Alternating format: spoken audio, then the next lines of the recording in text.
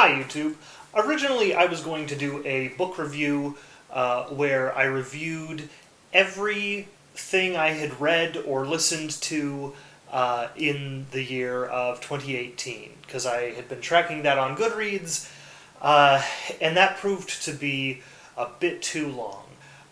It was over an hour in length, and I thought, I wouldn't watch this, so why would anybody else? So instead of that, I'm going to be doing just a highlight reel, I guess you could call it, like the 5 best and the 5 worst books that I read, and then I have 3 just kind of fun recommendations that kind of averaged out to, yeah, that was pretty okay and pretty good to read. So since I still have like 13 books to get through, which is significantly less than I had before, I still want to jump right into this video, but really quick, I'm just going to be going from a bad one to a good one to a bad one. I'm going to be alternating so that I can do it that way. I want to do it that way. I don't have a deeper reason. It's just how I feel. So get off my back, bro. Entropy will end our suffering.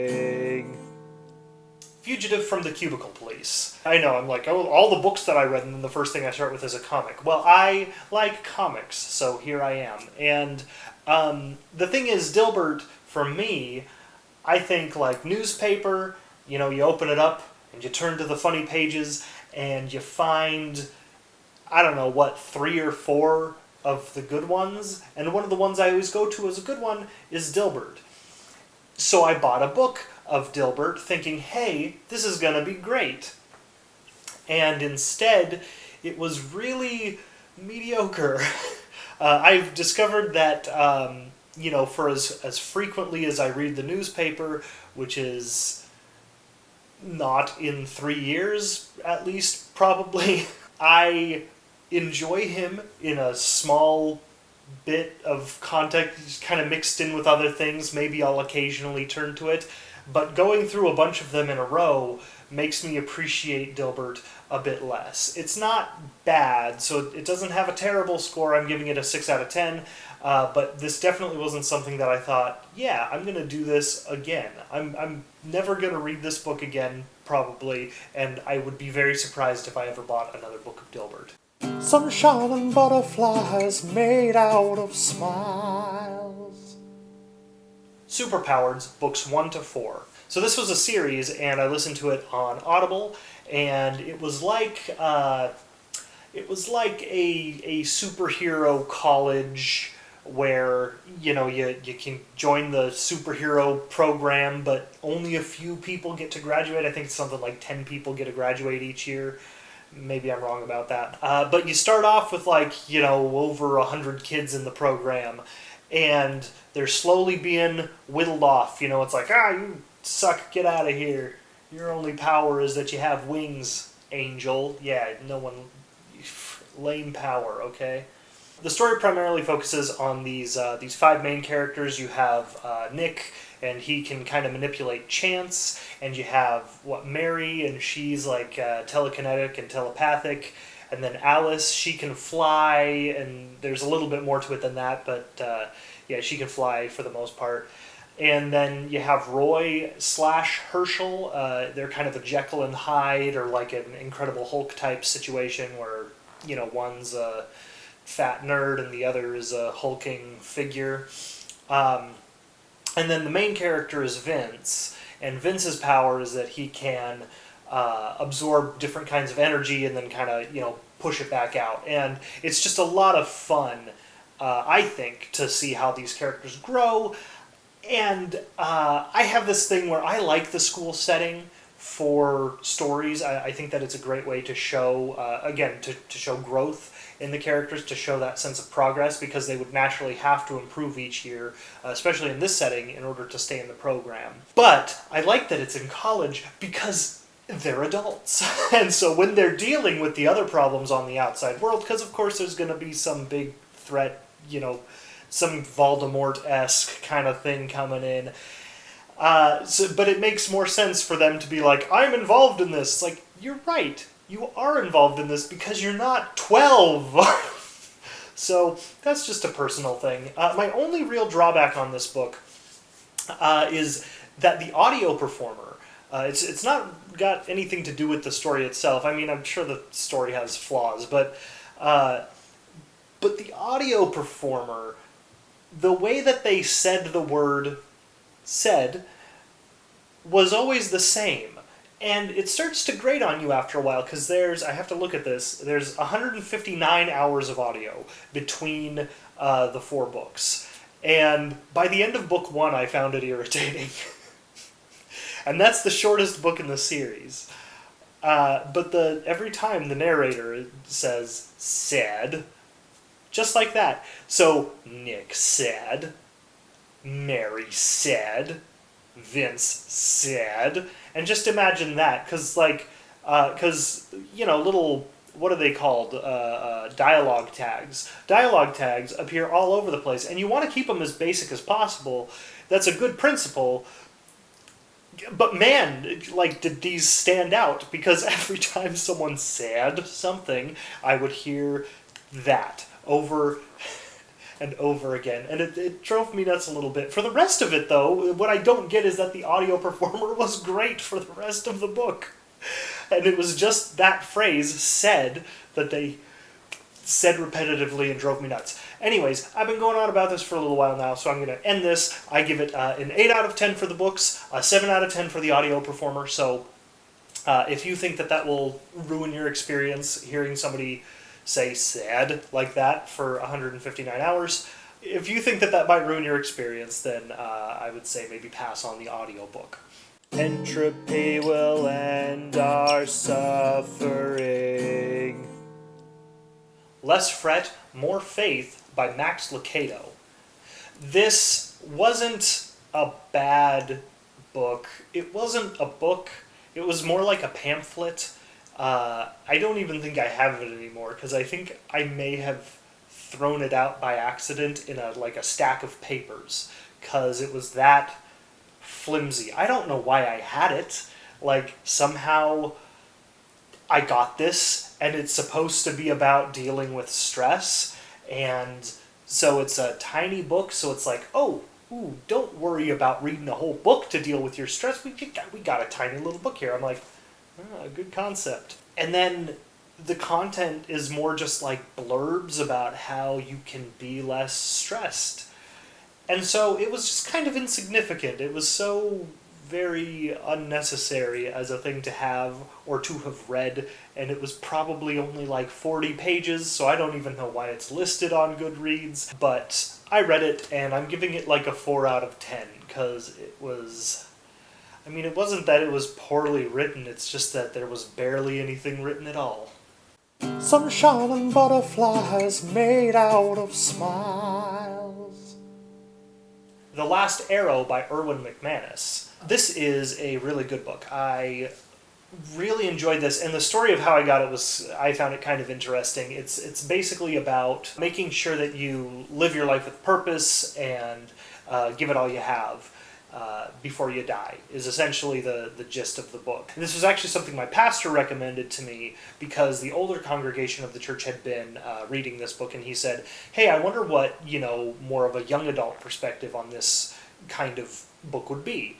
And so he gave it to me as a gift, and I thought, great, yeah, I'll read it, and let's talk about it. It took me a while to read, just because I was being lazy. And so then by the time I had finished, I think we both kind of forgot about that. I still valued the book. I think that it had some great insights. I liked Erwin McManus's writing style. I'm giving it a 9 out of 10. Entropy will end our suffering.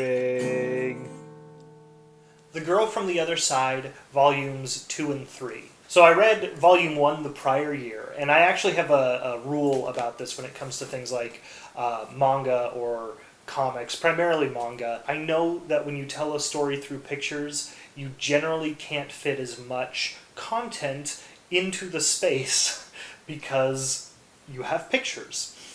And, you can show different things that you can't show with just words by doing pictures, and that's great. That's why I like comics. But when it comes to reading that, I like to give it about 3 volumes to kind of establish what the core of the story, like what the meat of the story is. If it can't hook me in by the 3rd volume, I'll just, I'll put it down. I'll usually sell off or give away my volumes that I've bought up to that point because I don't need them anymore. It's like it usually does hit me very clearly by the 3rd volume whether or not I want to continue going.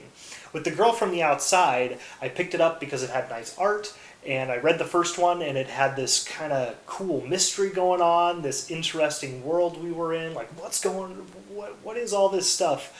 And I had all these questions by the end of the 1st volume, which isn't uncommon. So then I picked up the 2nd volume and I read it and I was like, oh, okay, it's getting deeper and there's even more questions now. I still don't have any idea what's going on. And then I picked up the 3rd volume and I read through that, and that's when I realized that the author had no idea where they were going with this story.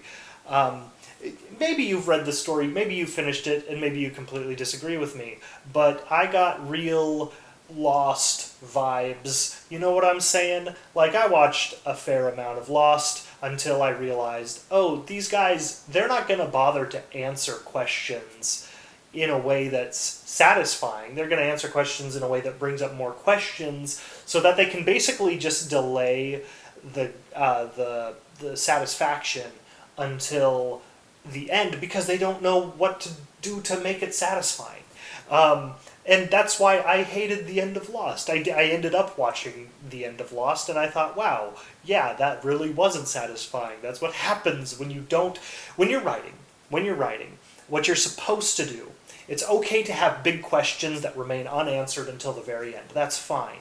But you're also supposed to introduce smaller questions and pay those off. And there's a reason for that. One, it's satisfying for the reader, so they feel like, ooh, that was good. I wonder what the answer to this next question will be. And the other thing is that it allows the reader to see that you're trustworthy as a writer, that you have a plan, and that you're going to pay off the effort that they're putting into reading your book and for the money that they're paying for your book. And so if I pick up 3 volumes of a story and all I have is questions upon questions upon questions, and anytime they answer one, it's just with more questions, you're not doing that. I don't have any trust in you, and I don't feel satisfied. So that's when I generally put it down. I gave this series a 3 out of 10. Those are my reasons. If you disagree with me, you're stupid and wrong. No, I don't care. It's fine. You're entitled to your own opinion. Read whatever you want. Sunshine and butterflies made out of smiles. Silence. This is a heavy read. I want you to know what you're getting into if you read this book. It's really, really good. So it's about Japanese missionaries in the 17th century and how after having been martyred for a while, the Japanese realized, hey, if we don't martyr them, people won't come to the faith. Because that kept happening. They kept killing off the missionaries, and then more people would believe in Christ. And so instead, they captured the missionaries and tortured them into renouncing their faith. Because if they renounced their faith, then the people would kind of be discouraged and say, like, oh, well, obviously, it couldn't have been true because they renounced it. So it explores that concept, which is heavy and dark, but it still had some really interesting questions. And I can't say that I enjoyed it, but I thought that it was good. I probably will never... I was planning on watching the movie after I read it, and I never got to it because I was just so sad. I was so deeply sad during the whole book. But I give it a 9 out of 10. Entropy will end our suffering. Children of the Whales, Volume 1 and 2. Okay, so I mentioned that I have my rule about generally buying 3 volumes of a comic so that it can kind of establish itself. And then I am going to immediately break that rule by telling you about how I only bought 2 volumes of Children of the Whales, because I realized by the end of the 2nd volume that it was going in a direction that I just didn't care about. I didn't care about it at all. Okay, I want to talk about elements of fantasy and really just general storytelling. I want to talk about the hero's journey here just really briefly. At the beginning of the hero's journey, you generally want to start in the ordinary and then have them move into the extraordinary. You see this in stories like, I'm going to look at my list here, like Castle in the Sky, or like The Lion King, or like The Lord of the Rings, or even Harry Potter. You can see it in movies, you can see it in books, you can see it in all kinds of things. It's a good way to start a story where you have your protagonist and they start in kind of a normal-ish place, even if it's not a normal place. Like I would say in Star Wars, right? You know, you're on Tatooine and you're like, oh, this is an alien planet, and what are they? What were they, like moisture farmers or something? And that's all interesting, and there's like the robots coming in, but you kind of like look at what Luke's doing, and it's nothing all that exciting. It's like, hey, polish up the droid and the equipment, and then help me do the farming stuff. And by the way, this alien planet is just a giant desert.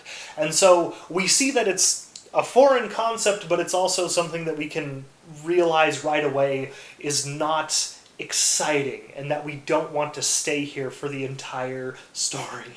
That's when you'll have something happen, like either somebody comes along and like pushes them out of the village, or maybe Luke gets his aunt and uncle killed and his home destroyed, and he's like, I have to go out and avenge yada yada. And, there's a lot of common ways to do this. Whatever, as long as you get them into the extraordinary, fine. It doesn't work as well. I'm not saying it won't work at all, but it definitely doesn't work as well if you start the character off in a place that's fascinating, and then you pull them out of that without first exploring that fascinating place. It would be like starting Harry Potter by having Harry Potter already at Hogwarts. No, we start him off in like a house, in a suburb, and he's with a terrible family, and okay, who doesn't want to leave their terrible family in the suburb and go to a castle? No. Imagine if you start at Hogwarts, and it's a wizard school, and you're like, what's all this? Who are these people here? And then the whole thing gets destroyed. And then Harry Potter has to wander out through some magical woods for the rest of the story. You'd be like, but what about the magic school? That seemed interesting. And that's my basic problem with Children of the Whales. Children of the Whales introduces this really interesting place, and by the end of the second volume, they, maybe they don't, because I didn't read far enough to see, but they definitely gave hints that all these interesting things that I was ready to explore were going to be abandoned in favor of exploring other things out somewhere else.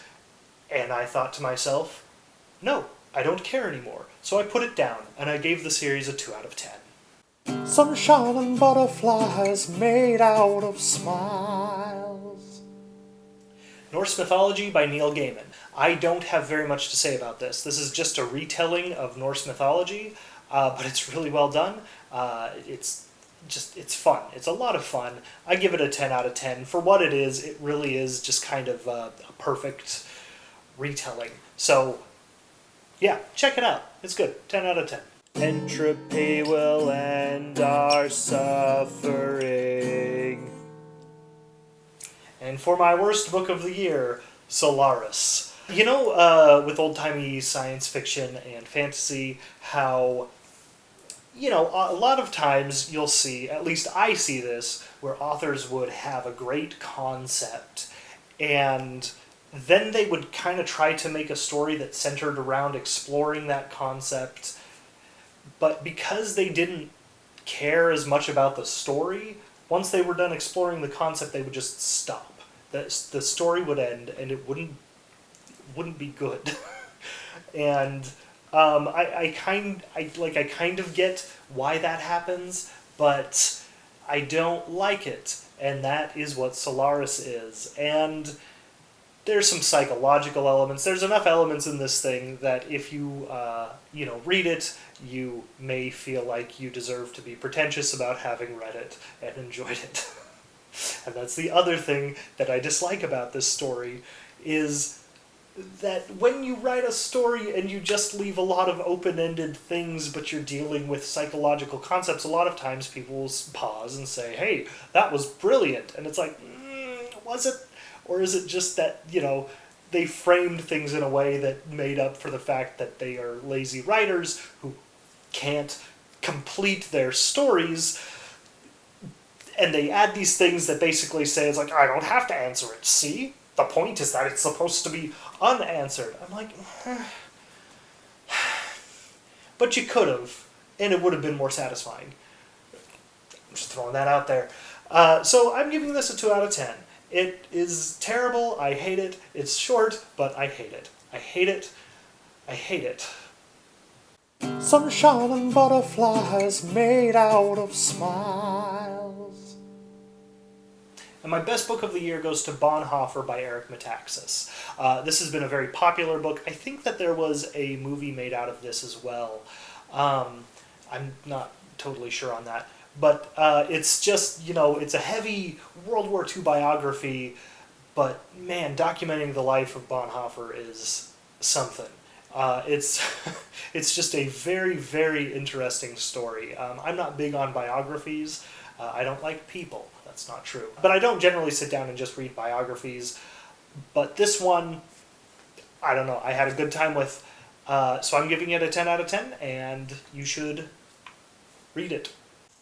Don't care about the money, I'm here to have some fun.